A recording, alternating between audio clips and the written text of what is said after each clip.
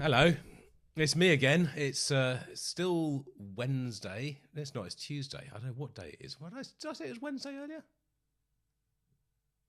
Christ alone knows. I've lost track of what day it is. Anyway, I've kind of just need to address the comments really on my latest video, the Frank Zappa Joe's Garage side one, because on my initial listen to it, genuinely, as a reaction, I was pretty shocked by the lyrical content of what I was hearing, and I think I'm listening to this with the ears of somebody who's listening to music in 2022, and is sort of kind of obviously tuned into what is genuinely and generally accepted as the norms for society and for how we behave and what goes on.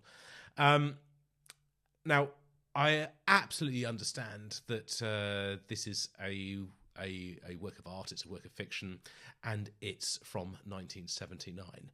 But what I didn't really realise, and I did have a word of myself after I listened to side one, and before I started recording side two, which is on its way, by the way.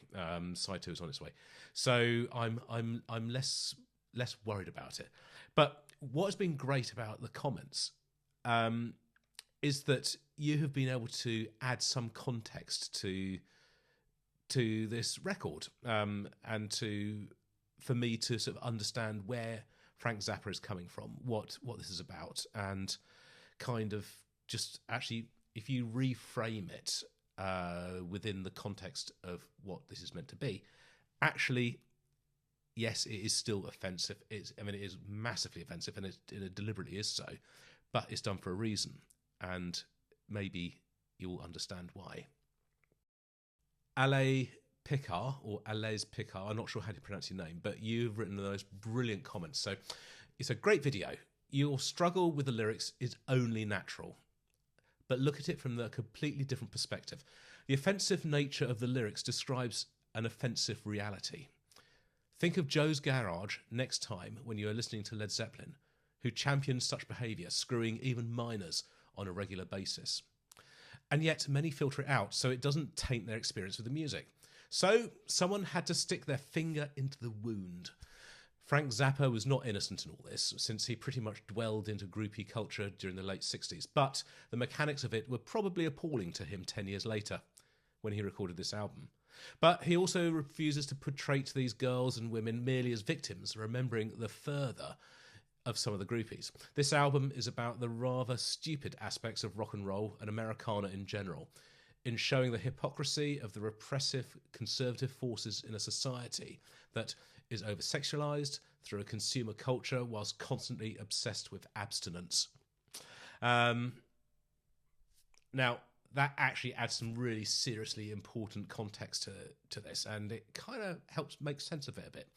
And if you do think about Led Zeppelin in this way, then yeah, of course it changes how you perceive them as people. You have to remove the people from the art in some cases, because that's not necessarily the way you want it to be. And now maybe I do think about Led Zeppelin. I think about the John Bonhams and Robert Plant and Jimmy Page and John Paul Jones. I like to think of them as the musicians, but I know they weren't. They lived excess.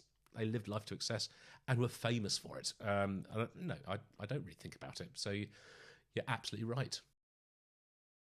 Matthew Landry. I agree that these lyrics are not in line with today's mainstream culture and can be interpreted as gross, out of touch, vulgar, etc. I think that Frank Zappa knew this to be the case. However, he was very vocal against censorship. I don't believe that his intent was for people to take this literally. It's similar to how comics tell dark or sexual jokes that seemingly go too far. It has shock value for sure, but my interpretation has always been that we should not take everything so seriously all the time, and it should be okay to joke about anything, even if it means offending people. Controversial maybe, but we can choose to be offended or not. There is certainly comedy in Frank Zappa's music outside of lyrical content as well. Of course there is. Somebody also commented, and actually their comment has now been deleted, so I can't find it now, but said, Jim, I didn't take you as being such a prude. I'm not a prude at all. I really am not.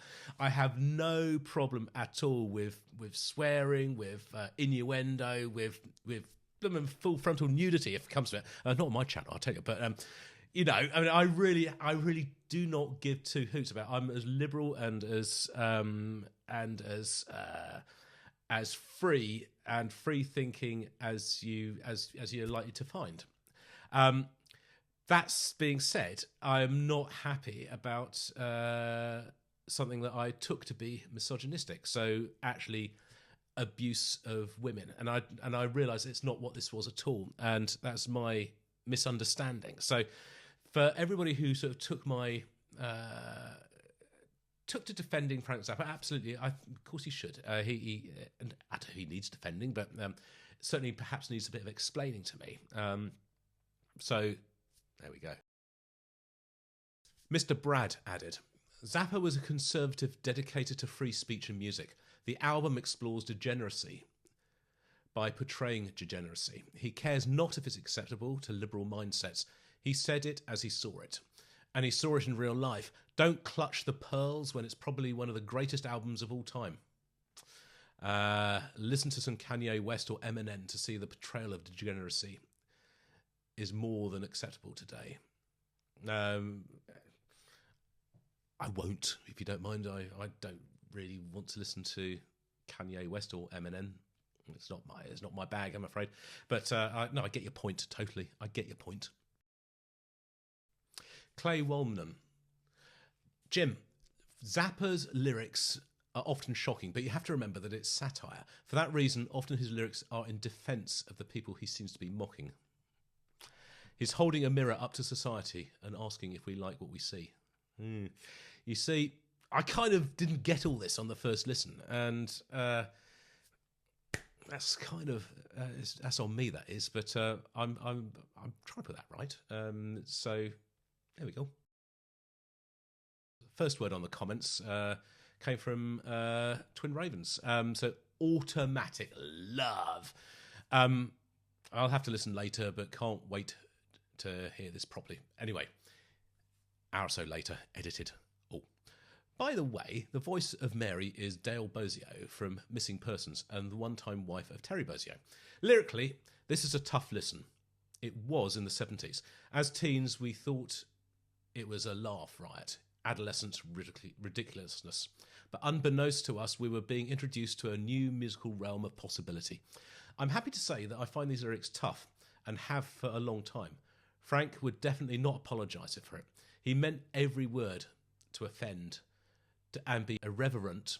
The whole story is about his experience with the major record labels and censorship, hence the vulgarity. So I get it. It's I totally get it, and I just really wanted to address this with a video. It's much easier to do that because I can just keep replying to the comments one after another. I get it. Okay, I'm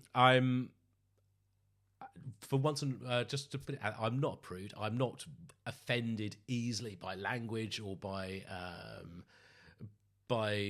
vulgarity or by anything like that. But what I am offended by is by prejudice, and that's what I thought this was in a way from a different time, but it's not. Anyway, I hope that sort of clears things up a little bit. I'll see you on the next video, and I'll tell you what it's going to be. It'll be part 2. I'll see you then. Until then, this is Jim over